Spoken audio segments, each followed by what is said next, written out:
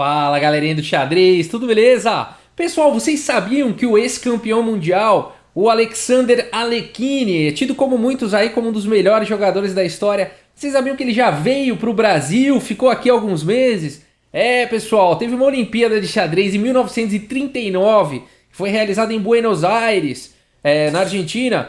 E o Alekhine veio, jogou aí as Olimpíadas e aproveitou aí ao final do torneio para passar uns meses lá no Rio de Janeiro. Olha que interessante. Então o Alekhine aí aproveitou e ficou entre os meses de maio e junho lá de 1939, ficou no Rio de Janeiro. E ele teve então, os brasileiros da época tiveram oportunidade então de jogar contra o Alekhine. O Alekhine deu umas simultâneas com o pessoal. Entre os jogadores que estavam lá da equipe olímpica brasileira, o Otávio Trompovski.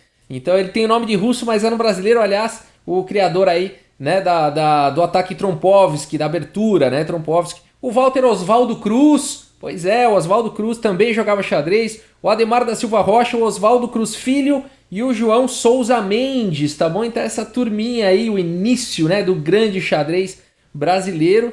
E o Alekhine então jogou com essa turma toda, esse seleto grupo aí de brasileiros, e eles ficaram lá, então, enfim, fizeram uma diversão, às vezes faziam equipes, né, uma equipe contra outra equipe e tudo mais, e algumas partidas amistosas. E em maio, até a gente tem um registro aqui de uma partida jogada pelo Trompovski junto com o Silva Rocha contra o Alekhine, dupla contra dupla, né, o Alekhine com o Oswaldo Cruz, tá? E vamos dar uma olhada nessa partida, que ela é muito interessante. Aqui o Trompovski, então, e o Rocha abrem com D4 e o Alekhine e o Oswaldo Cruz respondem com cavalo em F6. E temos então o bispo G5, o ataque Trompovski, aqui pelo Oswaldo Trompovski contra o Alekhine. Olha que interessante, que momento histórico.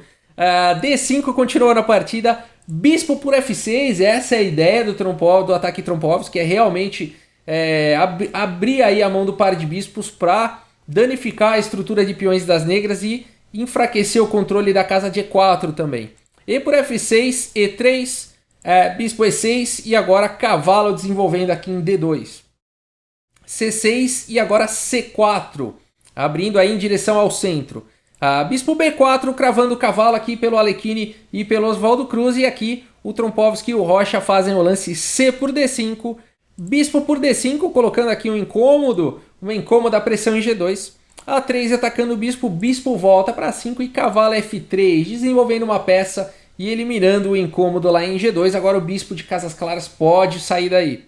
F5, bispo D3 com tempo sobre o peão, e agora G6 pelo Alekhine com Oswaldo Cruz, e agora roque pelos dois lados, roque, e agora bispo C4. Olha que lance interessante, o bispo já tinha ido para D3, no entanto aqui em D3 o Alekhine e o Oswaldo Cruz criaram uma parede aqui, né? Então colocaram granito aqui na frente desse bispo. E o bispo então, percebendo que o bispo do Alekhine e do Oswaldo Cruz é um bispo forte, então o bispo C4, um lance aí que propõe algumas trocas, né?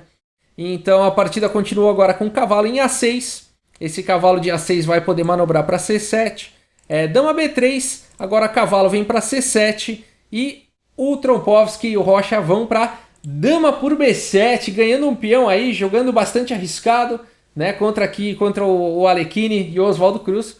O Alekhine e o Oswaldo Cruz continuam aqui com torre B8, agora dama por A7, e aqui o Trompovski e o Rocha já tem um peão a mais, aí a dupla dos brasileiros, 2 peões a mais na posição, e agora é difícil, né, difícil aqui para os jogadores de negras decidirem o que fazerem numa situação como essa, porque o bispo está atacado, né, o bispo aqui de casas escuras. E aqui então a partida seguiu com torre A8, dama B7, e depois então de torre B8, dama A7 e torre A8, por repetição aí de lances, a gente teve um empate aí nessa partida, né? Olha que legal a nossa dupla de brasileiros aí, o Trompovski, o Oswaldo Trompovski e o Rocha, empatando aí contra o Alekhine e o Oswaldo Cruz, com ataque Trompovski, né? Muito histórico isso, muito legal. E aqui, por que empatou, né? Por que as pretas, será que elas não podem tentar aqui? Vamos supor aqui, ao invés de torre B8 nessa posição, tentar jogar alguma coisa como bispo D2, bispo por D2, vamos ver. Aqui seguiria com bispo por D5, tá?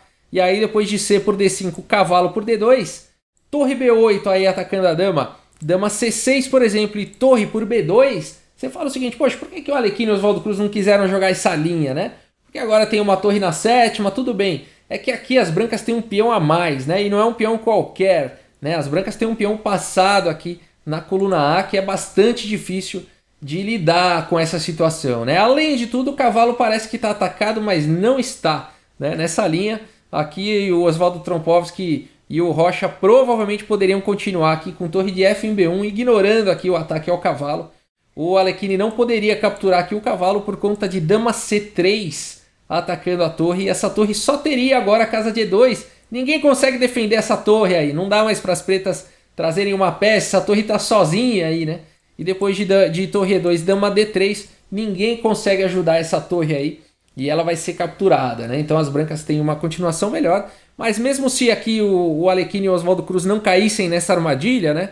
Depois aqui de torre por B2, torre de F em B1, de qualquer forma, as brancas estão melhores por conta do peão passado na coluna A, tá? Então aqui seria uma continuação melhor para as brancas, por isso que os jogadores de negras aqui acharam por melhor ficar forçando aí essa sequência com torre A8, torre B8 para forçar esse empate aí. Sensacional, né? Sensacional essa partida aí, uma partida histórica aí para nós brasileiros nos orgulharmos. E vale dizer que depois dessa partida, enfim, o Alekhine foi entrevistado, não depois da partida, depois desse período aí que ele esteve no Brasil, né?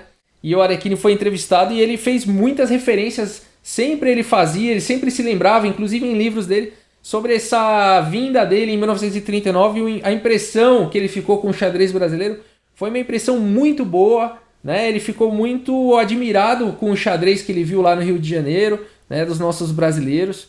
E ele inclusive acreditava que a gente tinha potencial aí, o xadrez brasileiro tinha potencial para ser um dos melhores níveis de xadrez aí do mundo, né? Ele até apostava as fichas aí no Brasil e ele não estava muito errado, né? Mais para frente a gente teve jogadores ali como o Mequinho, né? Que se foi o terceiro, chegou a ser o terceiro melhor jogador do mundo, Gilberto Milos, né? Tivemos depois aí o grande mestre Rafael Leitão, né? O Giovanni Vescovi, que também foram jogadores que em suas carreiras ocuparam aí posições de destaque no cenário internacional, conseguiram ser inclusive campeões mundiais em categorias mais jovens, né? Então a gente seguiu aí, continua na briga para ter a nossa relevância também no cenário internacional. Beleza, muito bom. É isso, pessoal. Espero que vocês tenham gostado aí do vídeo. Muito obrigado pela audiência, um grande abraço aí para todos vocês e até a próxima. Valeu!